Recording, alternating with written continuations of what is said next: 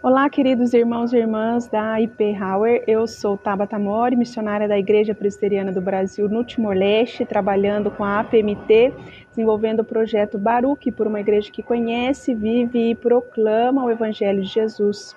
Eu me converti aos 22 anos e desde essa época eu sabia que queria ser missionária e que parte desse tempo seria em campo transcultural.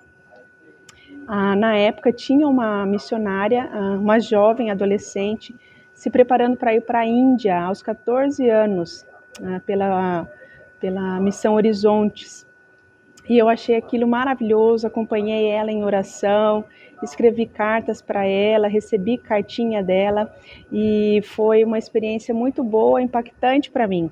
Então, depois já na universidade, ouvi falar sobre o Timor-Leste e pensei, talvez esse seja o meu país.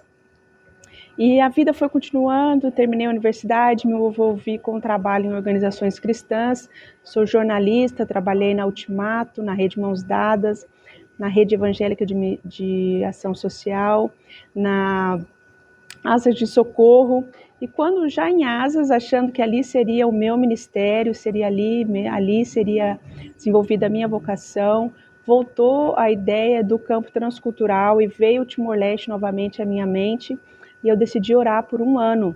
Então eu orei de março de 2012 até mais ou menos março de 2013, pedindo a Deus discernimento e pedindo, Deus, se eu colocar a mão no arado, eu não quero olhar para trás.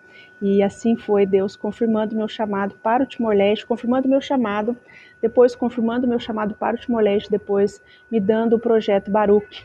Então, eu acho que nós temos um chamado, né? O local é uma parte secundária. Nós somos chamados para fazer missões em tempo integral. E depois nós definimos o local, e depois nós definimos o que fazer nesse local.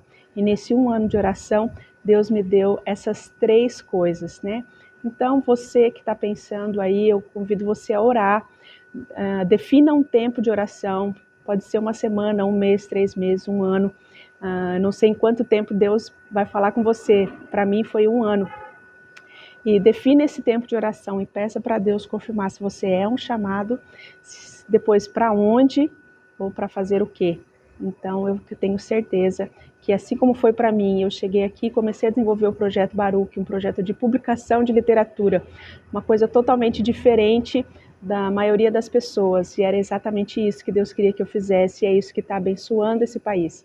Então, vale a pena investir em oração. Deus abençoe.